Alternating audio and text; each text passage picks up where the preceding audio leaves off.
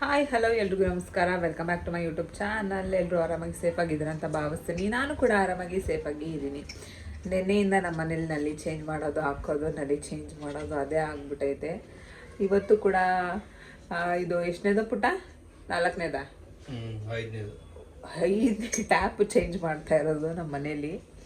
ನೋಡೋಣ ಇದು ಕರೆಕ್ಟಾಗಿ ಆಗುತ್ತಾ, ಇಲ್ಲಾಂದರೆ ಇನ್ನೊಂದು 6ನೇದು ಚೇಂಜ್ ಮಾಡಬೇಕಾ ಏನೋ ಗೊತ್ತಿಲ್ಲ. ನಿನ್ನೆಯಿಂದ ಪಾಪ ನಲ್ಲಿ ಚೇಂಜ್ ಮಾಡಿ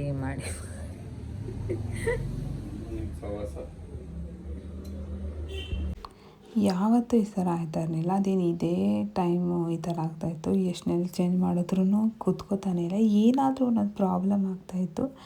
ಐ ಥಿಂಕ್ ಬಾಡಿಗೆ ಮನೆಯಲ್ಲಿ ಇರುವಂತಹ ಪ್ರತಿಯೊಬ್ಬರಿಗೂ ಇದೇ ಥರ ಆಗ್ತಾ ಇರುತ್ತೆ. ಏನಾದರೂ ಒಂದು ಪ್ರಾಬ್ಲಮ್ ಆಗ್ತಾ ಇರುತ್ತೆ. ಅದನ್ನು ನಾವು ಆಲ್ಟ್ರೇಷನ್ ಮಾಡ್ಕೊಳ್ಳೋಕ್ಕೆ ಸ್ವಲ್ಪ ಕಷ್ಟನೇ ಆಗುತ್ತೆ. ಸ್ವಂತ ಮನೆ ಆದರೆ ನಮಗೆ ಹೇಗೆ ಬೇಕು ಆ ಥರ ನಾವು ಮಾಡ್ಕೊಬೋದು. ಏನೂ ಮಾಡೋಕ್ಕಾಗೋದಿಲ್ಲ. ಆದಷ್ಟು ಬೇಗ ನಾವು ಸ್ವಂತ ಮನೆ ತಗೊಳ್ಳೋ ಥರ ಆಗಲಿ ದೇವ್ರ ಹತ್ರ. ನಾನಂತೂ ಯಾವಾಗಲೂ ಅದನ್ನೇ ಕೇಳ್ಕೊತೀನಿ.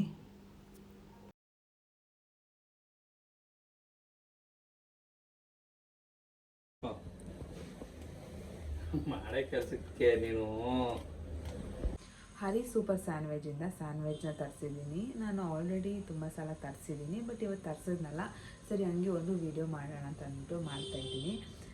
ಯಾವುದೇ ಒಂದು ಊಟ ಆಗಿರಲಿ ಇನ್ನೊಂದೇ ಆಗಿರಲಿ, ಬಿಸಿ ಬಿಸಿ ಮಾಡಿದಾಗ ತಿಂದ್ರೇ ಅದೊಂದು ಊಟಕ್ಕೆ ರುಚಿ ಜಾಸ್ತಿ.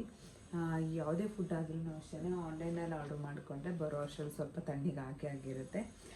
ನನಗೆ ಪರ್ಸ್ನಲಿ ಇಷ್ಟ ಆಗುತ್ತೆ ಹರಿ ಸೂಪರ್ ಸ್ಯಾಂಡ್ವಿಚಲ್ಲಿ ಸ್ಯಾಂಡ್ವಿಚ್ಚು. ಯಾಕಂದರೆ ನನಗೆ ಮೊದಲೇ ಸ್ಯಾಂಡ್ವಿಚ್ ಅಂದರೆ ಇಷ್ಟ. ಬಟ್ ಒಂದೊಂದು ಕಡೆ ನನಗೆ ಇಷ್ಟ ಆಗೋದಿಲ್ಲ. ನಾನು ತರಿಸಿರೋದ್ರಲ್ಲಿ ಇದು ನನಗೆ ಇಷ್ಟ ಆಗುತ್ತೆ. ಸೊ ಅದಕ್ಕೋಸ್ಕರ ನಾನು ಬೇರೆ ಬೇರೆದೆಲ್ಲ ಟ್ರೈ ಮಾಡೋಕ್ಕೆ ಹೋಗೋದಿಲ್ಲ. ಯಾವುದು ಕಂಫರ್ಟಬಲ್ ಇದೆ ಅಲ್ಲೇ ನಾನು ಜಾಸ್ತಿ ತೊಗೊಳಕ್ಕೆ ಇಷ್ಟಪಡ್ತೀನಿ. ಸುಮ್ಮನೆ ಆಮೇಲೆ ತರಿಸೋದು ಮತ್ತು ಅದು ಚೆನ್ನಾಗಿಲ್ಲ ಅಂದರೆ ಮತ್ತೆ ವೇಸ್ಟ್ ಆಗೋದು ಈ ಥರ ಆಗಿಬಿಡುತ್ತೆ. ಸ್ವಲ್ಪ ನಿಧಾನಕ್ಕೆ ಮಾತಾಡ್ತಾ ಇದ್ದೀನಿ. ಯಾಕೆ ಅಂತಂದರೆ ಮನೇಲಿ ಪಾಪನು ಮಲಗಿದೆ ಮತ್ತು ಅಮ್ಮನ ಮಲ್ಕೊಂಡಿದ್ದಾರೆ. ಅದಕ್ಕೋಸ್ಕರ ನಿಧಾನಕ್ಕೆ ಮಾತಾಡ್ತಾ ಇದ್ದೀನಿ. ಸ್ವಲ್ಪ ಸೌಂಡ್ ಏನಾದರೂ ಕಡಿಮೆ ಬಂತು ಅಂದರೆ ವಾಲ್ಯೂಮ್ ಸ್ವಲ್ಪ ಜಾಸ್ತಿ ಕೊಟ್ಕೊಂಡು ಕೇಳಿ.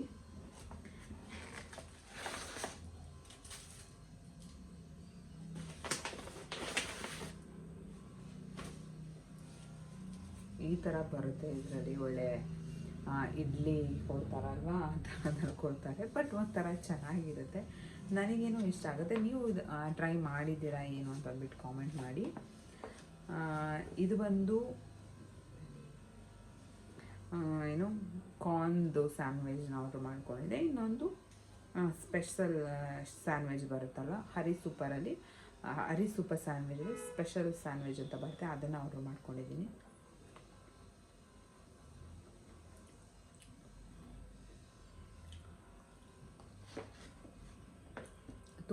ತುಂಬ ಕಡೆ ಬ್ರ್ಯಾಂಚ್ ಇದೆ ಅದು, ಬಟ್ ಅಲ್ಲಿ ತಿಂದರೆ ತುಂಬಾ ಚೆನ್ನಾಗಿರುತ್ತೆ. ನಾನು ಜಾಸ್ತಿ ಆನ್ಲೈನಲ್ಲೇ ತರಿಸ್ಕೊತೀನಿ, ಮನೇಲೂ ಮಾಡ್ಕೊತೀನಿ. ಬಟ್ ಒಂದೊಂದು ಸಲ ಇದು ಬೇಕು ಅನ್ನಿಸ್ದಾಗ ತರಿಸ್ಕೊಂಡು ತಿಂತೀನಿ. ನೀವು ಒಂದು ಸಲ ಟ್ರೈ ಮಾಡಿದರೆ, ಟ್ರೈ ಮಾಡಿದ್ದೀನಿ ಅಂತ ಅಂದ್ಬಿಟ್ಟು ಕಾಮೆಂಟ್ ಮಾಡಿ. ಟ್ರೈ ಮಾಡಿಲ್ಲ ಅಂದರೆ ಒಂದು ಸಲ ಡೆಫಿನೆಟ್ಲಿ ಟ್ರೈ ಮಾಡಿ. ಹರಿ ಸೂಪರ್ ಸ್ಯಾಂಡ್ವಿಚಲ್ಲಿ ತುಂಬಾ ಚೆನ್ನಾಗಿರುತ್ತೆ. ನಾನು ಜಯನಗರಕ್ಕೆ ಹೋಗಿದ್ನಲ್ಲ, ಆವಾಗ ಒಂದು ಸಲ ಜಯನಗರದಲ್ಲಿ ಟ್ರೈ ಮಾಡಿದ್ದೆ, ಅಲ್ಲೂ ಕೂಡ ತುಂಬಾ ಚೆನ್ನಾಗಿತ್ತು.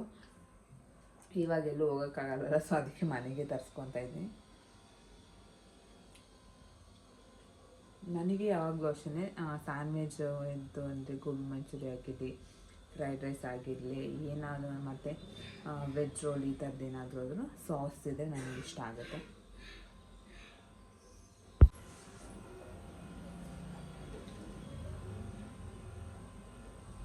ಸಾರಿ, ಇನ್ನೊಂದು ನಾನು ಚಾಕ್ಲೇಟ್ ಸ್ಯಾಂಡ್ವಿಚ್ನ ತರಿಸ್ಕೊಂಡಿರೋದು. ಇದೇನೇ ಸ್ಪೆಷಲ್ ಸ್ಯಾಂಡ್ವಿಚ್ಚು, ಅದನ್ನು ಆರ್ಡರ್ ಮಾಡಿದೆ. ಬಟ್ ಆಮೇಲೆ ಏನೋ ಕ್ಯಾನ್ಸಲ್ ಮಾಡಿದೆ ಅಂತ ಅನಿಸುತ್ತೆ. ಚಾಕ್ಲೇಟ್ ನಾನು ತರಿಸ್ಕೊಂಡಿರಲಿಲ್ಲ, ತಿಂದಿರಲಿಲ್ಲ. ಈ ಸಲ ಟ್ರೈ ಮಾಡೋಣ ಅಂದ್ಬಿಟ್ಟು ತರಿಸ್ಕೊಂಡಿದ್ದೀನಿ. ಚಾಕ್ಲೇಟ್ ಫ್ಲೇವರು ಒಂಥರ ಚೆನ್ನಾಗಿದೆ. ಒಂದು ಸಲ ಇದನ್ನು ನನ್ನ ಮನೇಲಿ ಟ್ರೈ ಮಾಡಬೇಕು. ಇದನ್ನು ನಾನು ಫಸ್ಟ್ ಟೈಮ್ ತರಿಸ್ಕೊಂಡಿದ್ದು, ಬಟ್ ನನಗೇನೋ ಒಂಥರ ಇಷ್ಟ ಆಯ್ತಪ್ಪ. ನೀವೇನಾದ್ರು ತಿಂದಿದ್ದೀರಾ ಇದನ್ನು ಬೇರೆ ಕಡೆ ಎಲ್ಲಾದರೂ ಚಾಕ್ಲೇಟ್ ಫ್ಲೇವರ್ದು? ಕಾಮೆಂಟ್ ಮಾಡಿ. ನಾನು ಸ್ವಲ್ಪ ತಿನ್ನಬೇಕಾದ್ರೆ ಸ್ವಲ್ಪ ಮಾತಾಡೋದು ಕಡಿಮೆ. ಇವತ್ತಿಗೆ ನಾನು ತಿನ್ನೋದ್ರಲ್ಲಿ ಮುಳುಗೋಗಿರ್ತೀನಿ ಅಂತಲೇ ಹೇಳ್ಬೋದು. ಆಲ್ಮೋಸ್ಟ್ ಅಲ್ಲಿ ಎಲ್ಲರೂ ಅದೇ ಥರನೇ ಇರ್ತಾರೆ. ತಿನ್ನಬೇಕಾದ್ರೆ ಮಾತು ಕಡಿಮೆ ಮಾಡಬೇಕು, ಊಟನ ಚೆನ್ನಾಗಿ ಮಾಡಬೇಕು. ಇದೇನಿಲ್ಲ, ಜಸ್ಟು ಬ್ರೆಡ್ ಸ್ಲೈಸ್ಗೆ ಇದನ್ನು ಹಾಕಿದ್ದಾರೆ ಅಷ್ಟೇ, ಏನು ಚಾಕ್ಲೇಟ್ನ ಹಾಕಿದ್ದಾರೆ. ಅದು ಬಿಟ್ಟರೆ ಬೇರೆ ಇನ್ನೇನೂ ಇಲ್ಲ. ನನಗೇನು ತುಂಬಾ ಇಷ್ಟ ಆಯ್ತಪ್ಪ.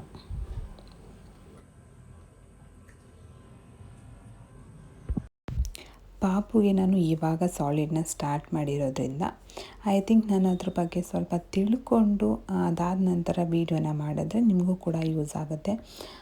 ಇಲ್ಲ ಅಂತಂದರೆ ಇವಾಗ ಅರ್ಧಂಬರ್ಧ ತಿಳ್ಕೊಂಡು ನಾನು ಹೇಳಿದ್ರೆ ಅದು ನಿಮಗೂ ಅರ್ಥ ಆಗಲ್ಲ, ಸುಮ್ಮನೆ ಕನ್ಫ್ಯೂಸ್ ಆಗುತ್ತೆ. ಅದಕ್ಕೆ ಒಂದು ಸ್ವಲ್ಪ ಟೈಮ್ ತೊಗೊಂಡು ಅದಾದ ನಂತರ ನಾನು ವೀಡಿಯೋನ ಮಾಡಿ ಡೆಫಿನೆಟ್ಲಿ ಹಾಕ್ತೀನಿ. ಇವಾಗ ನಾನು ಒಂದು ಸ್ವಲ್ಪ ಐಟಮ್ಸ್ನ ಅವನಿಗೆ ತಿನ್ನಿಸ್ತಾ ಇದ್ದೀನಿ.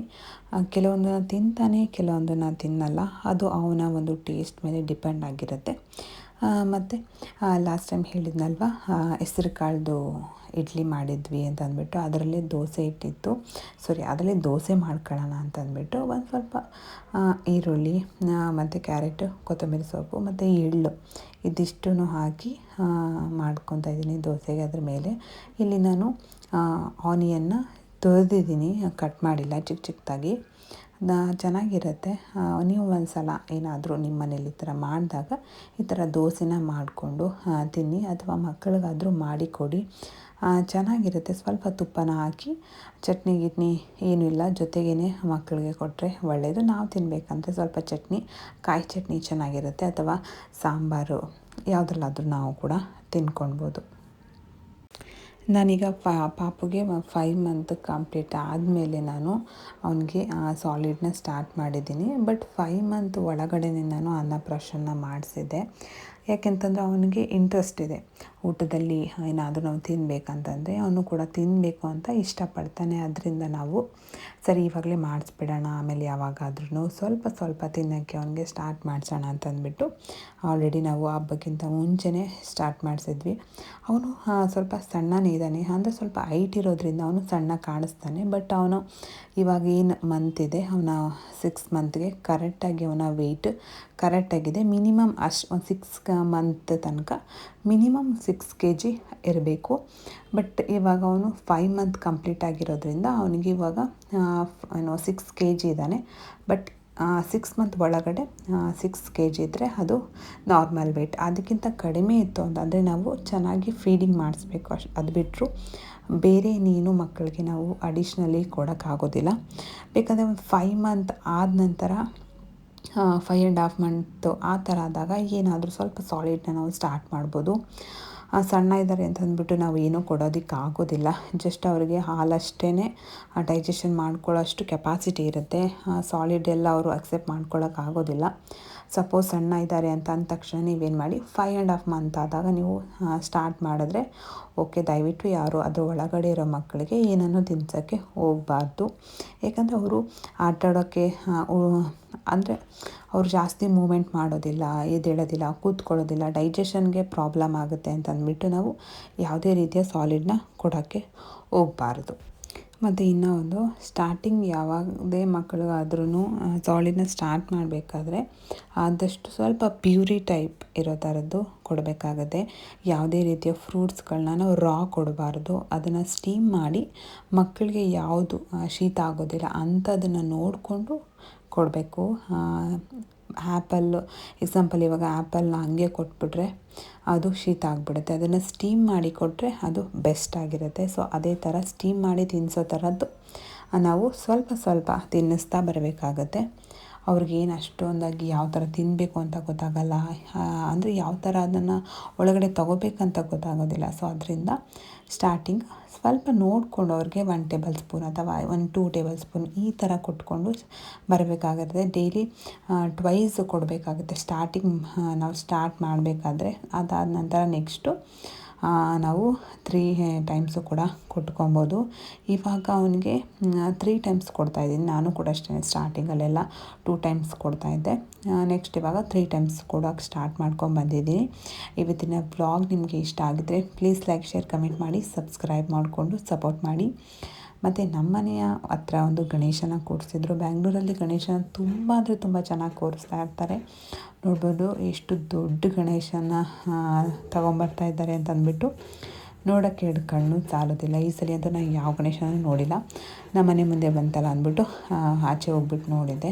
ತುಂಬ ಗ್ರ್ಯಾಂಡಾಗಿ ಸೆಲೆಬ್ರೇಷನ್ ಮಾಡ್ತಾಯಿದ್ರು. ಮತ್ತು 5th ಮಂತದ್ದು ನಾನು ಪಾಪುಗೆ ಫೋಟೋಶೂಟ್ ಮಾಡಿಸಿರಲ್ವಲ್ಲ, ಅದಕ್ಕೆ ಸಿಂಪಲಾಗಿ ಏನೋ ಟಾಯ್ಸು ಮತ್ತು ಒಂದು ಬೊಂಬೆಗಳೆಲ್ಲ ಇದ್ವಲ್ಲ ಅದರಲ್ಲೇನೆ ಇಕ್ಬಿಟ್ಟು ಸಿಂಪಲಾಗಿ ಒಂದು 5th ಮಂತದ್ದು ಫೋಟೋಶೂಟ್ನ ಮಾಡಿದ್ದೀನಿ. ಹೇಗೆ ಅನ್ನಿಸ್ತು ಅಂತ ಕಾಮೆಂಟ್ ಮಾಡಿ. ನೆಕ್ಸ್ಟ್ ವೀಡಿಯೋದಲ್ಲಿ ಸಿಗ್ತೀನಿ. ಬಾಯ್.